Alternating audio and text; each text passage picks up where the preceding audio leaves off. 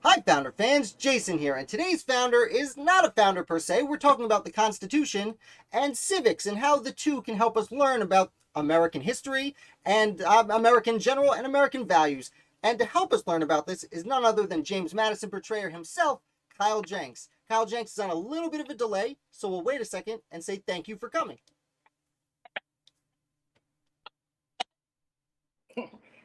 Thanks for having me, Jason.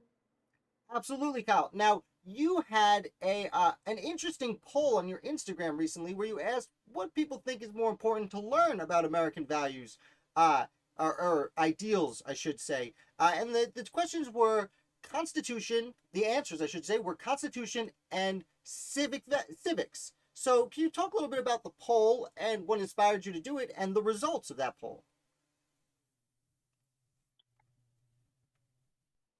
Well, it's really Kyle speaking. Having studied medicine now for a while and the founders in general, I wanted to expand a bit to see how the modern citizenry can benefit from learning these founding ideals.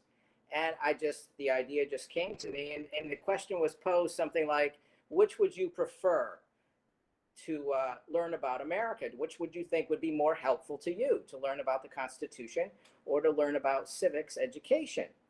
And first of all, I have like 643 followers. And for me to get an almost instantaneous response of 103 people seeing that question and 54 people voting, that was huge for somebody like me at this point in my quote career. So I hopped on it and I thought, well, this is a bit of a hot topic. I'm really excited because it's an intellectual topic and people seem ready and ripe for it. So the Constitution won. It got 31 votes and civics education got 23. And that's almost an even thing, which I was surprised at and happy to see. Then I asked people to give me explanations on why they chose one over the other, which I got a fair number of explanations for that. So I thought between you and I, we could play off of, well, why would one be better than the other? So I did post my answer, and it went something like this. For me, the discerning factor is that civic education. Now, remember, I am not, this is like a disclaimer now. I am not speaking for James Madison. I am not speaking as James Madison. I am speaking as Kyle Jenks, a student of civics and the Constitution and American history. So for me, Kyle, the discerning factor is civics education. And the reason is that we would get actionable results quicker. The Constitution is a very complicated subject. It's a very analytical and academic subject that is still debated by top scholars. So in order to get boots on the ground and people and kids and students interested in how to conduct themselves as citizens, we should have at least a working basic definition of what civics is. So it comes from the Latin, civics is a citizen, and the education part. In fact, I made up my own thing, which is going to be a little contest I have on Instagram. I made up my own little phrase, civis onus. And if you look up Latin, civis is the citizen and onus is your responsibility. So the founders talk a lot about not only is this a privilege to have the kinds of liberties and freedoms that we enjoy that other countries don't, it's also up to the citizen to take responsibility for considering that a duty, because the Constitution is predicated on the fact that we have a preamble that starts with the words, we the people. So it's faster results. It's a little bit broader subject. The Constitution is included in civics education. Right. So in my opinion, if you studied the Constitution, you'd get into an in-depth study and you wouldn't get actionable results right away. Remember what George Washington and Ben Franklin said? Both. Deeds, not words, and well done is better than well said. So from my observations in my adulthood now and really diving into current events and things like that, I want as many people from as many generations to get excited about participating in the governmental system that is a representative republic that's so important, important to have an interested and informed citizenry. So that was my rebuttal, sort of speak, to people that answer the Constitution. Yeah, that makes a lot of sense. And even for civics, even you can look at it broader than just the United States. I mean, people, Canada has civic education. Europe, the entire world has to focus on civics. It's different in different nations, of course, but the ability to compare and contrast that difference could be very informative to how we view ourselves as Americans additionally. Now, let's say you were to support the Constitution as the better, and I should note, I think we both agree that Americans should learn about both the Constitution and civics to get a full education. But like you said, you thought civics had a little edge. Let's play devil's advocate. What about the Constitution do you think is so important for people to learn and to help people build their knowledge as citizens and learn the ideals of America, as you might say? Well, the Constitution is the supreme law of the land, and it is the definition of how we operate as a country. So I think that was one of the big, not arguments, but reasons for people choosing the Constitution, because it's such a foundational document. If you can't grasp at least its basic tenets to define our governmental system and how we should operate as citizens, then you're not going to be able to develop any kind of motivation to understand how to act as a responsible citizen of the United States of America. Yeah, fair enough. And even when we're talking about the founders, I suppose you could say that it was the founders' civic education that led them to, first of all, start a revolution in the first place, and then not only write the Constitution, but argue for and argue against the ratification of the Constitution. They felt it was their duty as civic students and, as they would say, virtuous figures of the public. Yes, absolutely. I agree with that. You take it out a little farther, Jason, yourself. Oh, you want me to tell? Okay, well, fair enough. Well, the Constitution obviously is the basis of law in the United States, and to be a United States citizen, you should have at least some kind of grasp of the Constitution and at least understand its goals, so to speak, if not the laws themselves. Obviously, it's as you mentioned earlier, a bit of a wordy document written in old-timey language. It isn't necessarily easy for everyone to understand, but the general the weight that it carries should be understood. But additionally, as you were saying, the Constitution itself seems like it is a civics document, if I can say that. And if we want to learn about civics itself, we should know the Constitution. So as we were kind of saying earlier, the two do, to a degree, go hand in hand. I guess I would ask you, since we're talking about civics, I guess I'd ask you, do you remember learning about civics at any point in your life as a kid or in school or as an adult studying on your own that you think might be notable? Is that a good question? If you understand my question. How has civics affected you? Oh, yes. Yeah, question.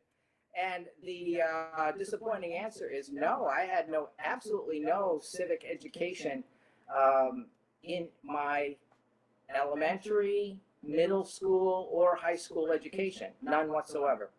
Yeah. I don't... Which brings me to a point, if you don't mind me. Please. You had mentioned that civics is a worldwide study, which is true. And interestingly enough, the Library of Congress just last year in 2020 did a report on 22 different countries and how they teach civics. And some of them intertwine it with other topics, other curriculum. It doesn't necessarily have to be a civics class or subject, but they run the gamut from Argentina to the United Arab Emirates and all the different letters in between. And guess what? There's a country that's not listed there, the United States of America. So we've got a lot of European countries. We've got some South American countries. We've got Sweden in there to represent the Scandinavian countries. Of course, it would be a little too much to list them all, but If you want to look it up, there's a Library of Congress document on that. And that was telling to me because the current events, to me, signal time for us to get back to those kinds of focuses. Well, we don't want to talk about modern politics on this channel, but I appreciate where you're going with that. Is things are a little out of hand right now, and you're right. Learning what it means to be an American is extremely important. And it's funny how you said you'd never really learned any of that. Like when I was growing up, we didn't take history classes; we took social studies, and I think part of the goal of that was to learn about society at large instead of just here's what happened. More of a here's what happened and why and how it affects us. Did they get that across? Maybe. Depends where you went to school. But the whole idea of learning, how history still affects us and how we can take what we know and build on it for the future is very important. And I think to a degree you're right. There is a need to learn that kind of thing. But I think there is also a thirst for that kind of knowledge. It's why you see people like you and I getting followers on Instagram and YouTube, because people do want to learn more about their history and how they can build off the knowledge that we're trying to provide to be better citizens, better servants to their country in the future.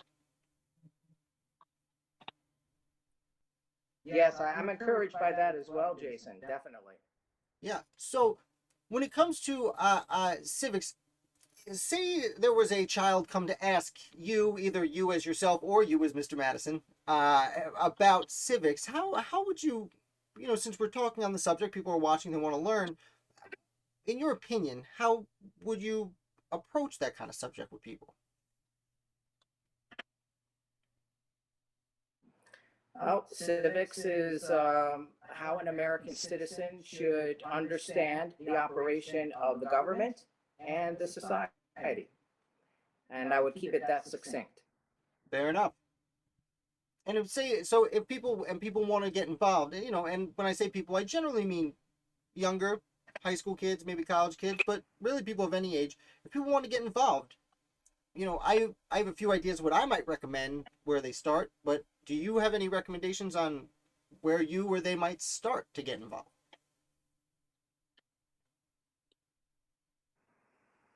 Wow, you caught me off guard with that one. Maybe I can switch gears and say, read the preamble to the Constitution. I think reading the preamble to the Constitution would be a great way to start. Fair enough. No, and honestly, maybe I caught you off guard. I apologize for that, but that's a terrific answer. That is really the best place to start. That, I guess you could argue that the preamble to the Declaration of Independence might be, but, the foundation of what it means to be an American. But the preamble to the Constitution is certainly, literally, the building blocks of the United States. And here's what we're doing. Go ahead. Great. So, Kyle, before we wrap up, is there any... And Jason, yeah.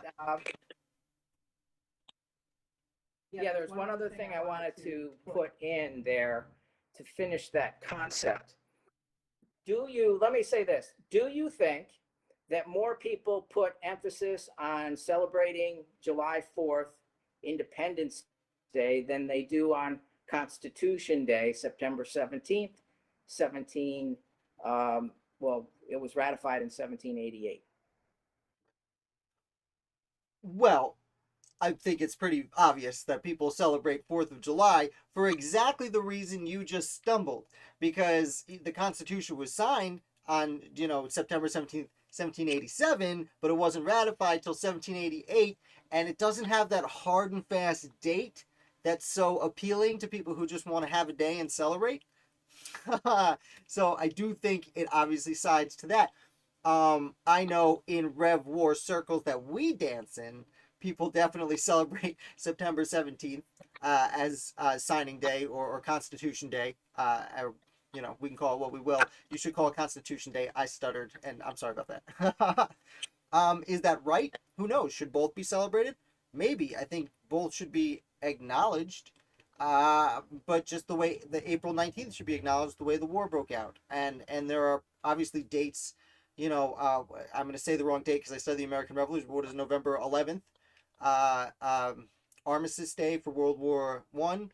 There are a lot of dates that, maybe we shouldn't throw parties every time, but we should definitely acknowledge them to help us not only be reminded of what has happened in the past, but why and how we would like to fix things for the future as citizens. That's just my opinion, though. Well, the historical reference that I was referring to, Jason, was that Ben Franklin, had a newspaper called the Pennsylvania Gazette. And in that paper was an article by someone who said that in the future, our citizens will be celebrating Constitution Day just as much as they will be celebrating the Declaration of Independence. And I just haven't found that to be true, but I think it should be true. And that would probably be the final thought that I would share with you tonight. I can't disagree with that. I feel like I said, we should celebrate all the holidays. There's always going to be holidays that get a certain amount of weight. I think being in early July when summer's really breaking out is very helpful to the 4th of July. Although, to be honest, I'm an autumn fan, so I like September rolling through. Both my kids' birthdays are right around Constitution Day. It's my favorite month. So Kyle, unless there's something else you'd like to add, thank you so much for joining us and helping inform us on what it means to be a citizen and how we can celebrate and learn from civics and the Constitution. I should note, Jason, you're doing great work. Continue. Yeah, thank you so much. And we Happy do to want be to here. note, Kyle, you have an event coming up. I believe it's on the 28th. Do you want to give us a little more detail on that before we go? I'd be happy to. Thank you. If people would like to see President Madison now talk about the War of 1812, I'm going to be doing a solo performance through History at Play. And if you go to historyatplay.com, you can sign up for it. It's Friday, May 28th at 7:30 p.m. And Jason will have the information for you underneath the video when it's up on YouTube. And it's called Pay Per Hap. So you pay what you can, anywhere from $10 to $25. And I will be in character this time as President James Madison, the Commander-in-Chief. Awesome. Thank you so much, Kyle. Thank you. Follow me on Madison Portrayer at Instagram. I post there almost every day. Founder fans, thank you so much for watching. As Kyle said, he does have a great Instagram account. Follow him there, answer his polls, and maybe we'll talk about another one of his polls next time. There's something fun that you guys vote on. Again, links to his event where he's talking on the internet as President Madison down below, as well as to all his different fun stuff, social medias, that good stuff. Thank you so much for watching. Thanks again to Kyle for coming and hanging out. He's a very generous guy. And make sure you hit like because this video is worth liking, and subscribe because we have American Revolution 5 days a week. I will be back with you for our weekly wrap up tomorrow.